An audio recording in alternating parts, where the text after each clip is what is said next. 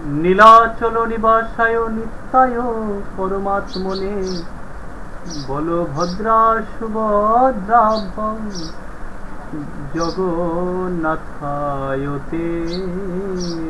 নমো। শ্রীমদ্ ভগবদ গীতা যথাযথ প্রথম অধ্যায় বিষাদ যুগ শ্লোক 1 ধৃতরাষ্ট্র উবাচ ধর্মক্ষেত্রে কুরুক্ষেত্রে সমবেতা যুযুৎসবা মামকা পাণ্ডবাচ হেবকিম অকুর্বত সঞ্জয়। ধর্মক্ষেত্রে কুরুক্ষেত্রে সমবেতা যুযুৎসব মামকা পাণ্ডবাচ এব কিম অকুর্বত সঞ্জয়। হলে এখানে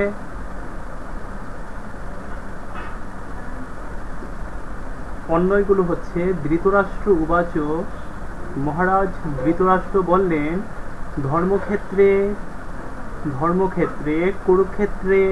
কুরুক্ষেত্র নামক স্থানে সমবেত হয়ে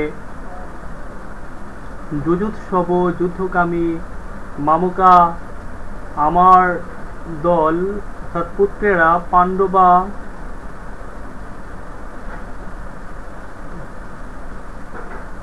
পাণ্ডবা হচ্ছে পাণ্ডুর পুত্রেরা চ এবং এব অবশ্যই কিম কি অকুর্বত করেছিল এবং সঞ্জয় হচ্ছে হে সঞ্জয়। গীতার গান ধর্মক্ষেত্রে কুরুক্ষেত্রে হইয়া একত্র যুদ্ধকামী মম পুত্র পাণ্ডব সর্বত্র। কি করিল তারপর কহত সঞ্জয় ধৃতরাষ্ট্র জিজ্ঞাস হয়ে সন্দিগ্ধ হৃদয়। অনুবাদ, ধৃতরাষ্ট্র জিজ্ঞাসা করলেন হে সঞ্জয়, ধর্মক্ষেত্রে যুদ্ধ করার মানুষে সমবেত হয়ে আমার পুত্র এবং পাণ্ডুর পুত্রেরা তারপর কি করল?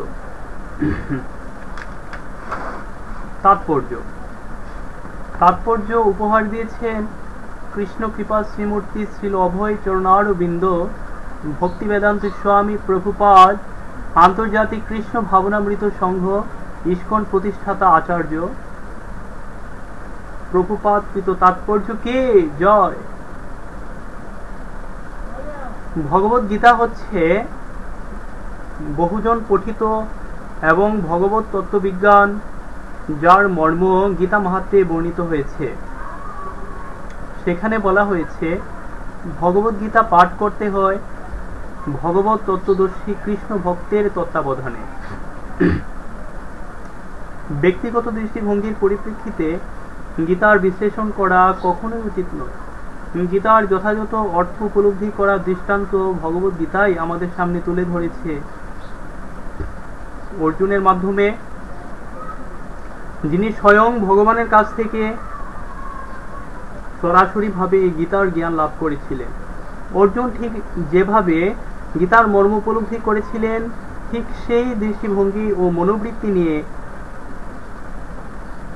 সকলেরই গীতা পাঠ করা উচিত। তাহলে গীতার যথাযথ মর্ম উপলব্ধি করা সম্ভব। সৌভাগ্যবশত যদি কেউ গুরু পরম্পরার সূত্রে ভগবদ গীতার মন গড়া ব্যাখ্যা ব্যতীত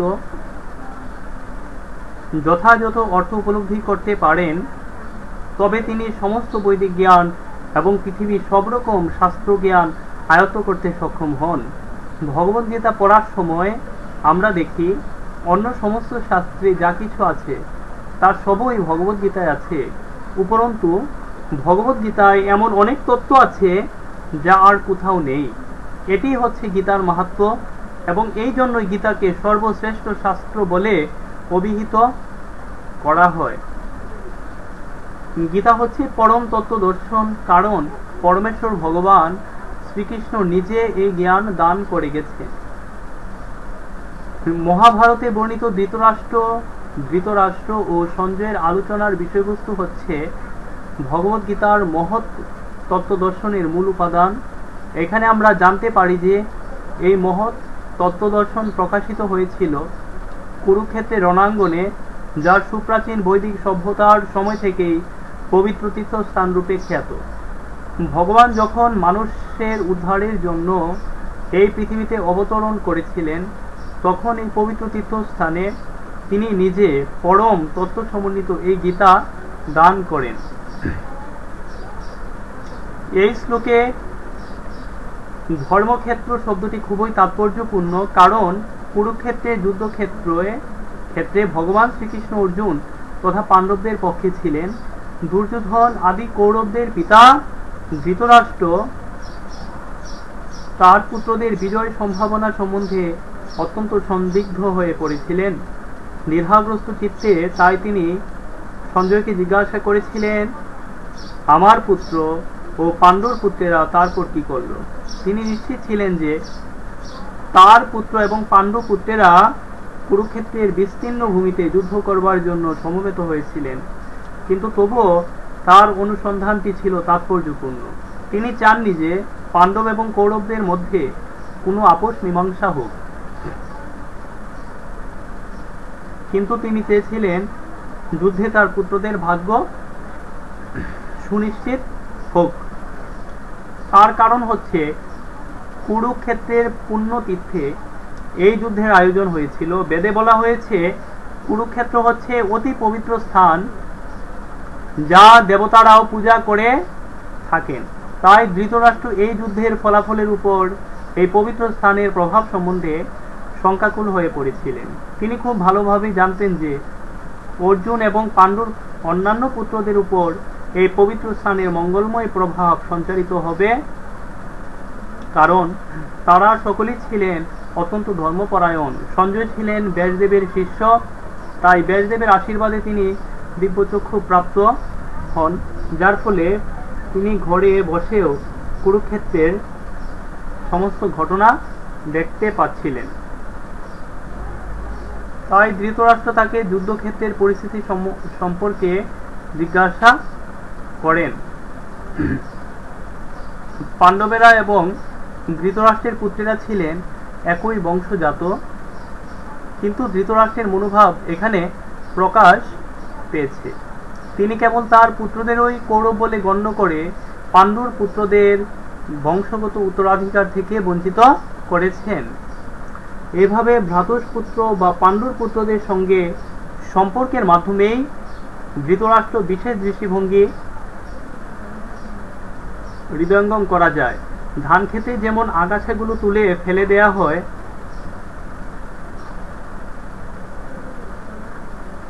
তেমনি ভগবদ গীতার সূচনা থেকে আমরা দেখতে পাচ্ছি কুরুক্ষেত্রের রণাঙ্গনে ধর্মের প্রবর্তক ভগবান স্বয়ং উপস্থিত থেকে ধৃতরাষ্ট্রের পাপিষ্ঠ পুত্রদের সমূলে উৎপাটিত করে ধার্মিক যুধিষ্ঠিরের নেতৃত্বে ধর্মপরায়ণ মহাত্মাদের পুনঃপ্রতিষ্ঠা করবার আয়োজন করেছেন। বৈদিক এবং ঐতিহাসিক গুরুত্ব ছাড়াও সমগ্র গীতার তত্ত্বদর্শনের পরিপ্রেক্ষিতে ধর্মক্ষেত্রে ও কুরুক্ষেত্রে এই শব্দ দুটি ব্যবহারের তাৎপর্য বুঝতে পারা যায়।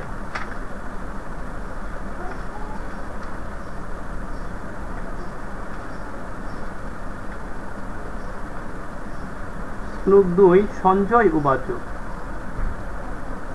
দৃষ্টা তু পাণ্ডবানিকম ব্রুরম দুর্যোধন তদা আচার্যমুপসঙ্গম রাজা বচন অব্রবীত। সঞ্জয় উবাচ সঞ্জয় বললেন, দৃষ্টা দর্শন করে তু কিন্তু পাণ্ডবানিকম পাণ্ডবদের সৈন্য, ব্রুরম সামরিক ব্যূহ,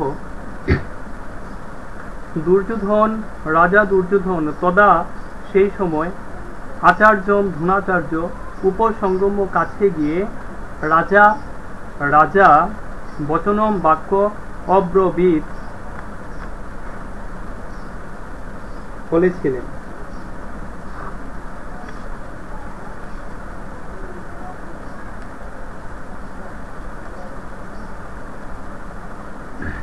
শ্লোক 2 গীতার গান।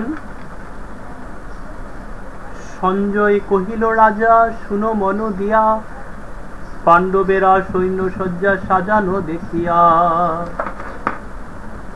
রাজা দুর্যোধন শীঘ্র দ্রোণাচার্য পাশে, যাইয়া বৃত্তান্ত সব কহিল সকাশে।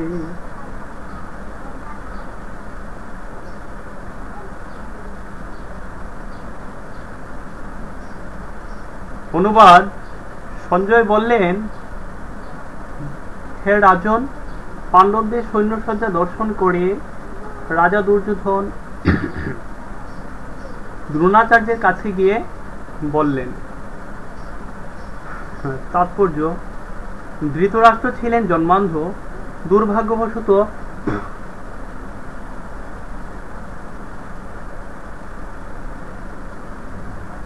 তিনি পারমার্থিক তত্ত্ব দর্শন থেকেও বঞ্চিত ছিলেন। তিনি ভালোভাবেই জানতেন যে ধর্মের ব্যাপারে তার পুত্রেরাও ছিল তারই মতো অন্ধ, এবং তিনি নিশ্চিত ছিলেন যে তার পাপিষ্ঠ পুত্রেরা পাণ্ডবদের সঙ্গে কোন রকম আপোষ মীমাংসা করতে সক্ষম হবে না, কারণ পাণ্ডবেরা সকলেই জন্ম থেকে অত্যন্ত ধর্মপরায়ণ ছিলেন। তবুও তিনি ধর্মক্ষেত্র কুরুক্ষেত্রের প্রভাব সম্বন্ধে সন্দিগ্ধ ছিলেন।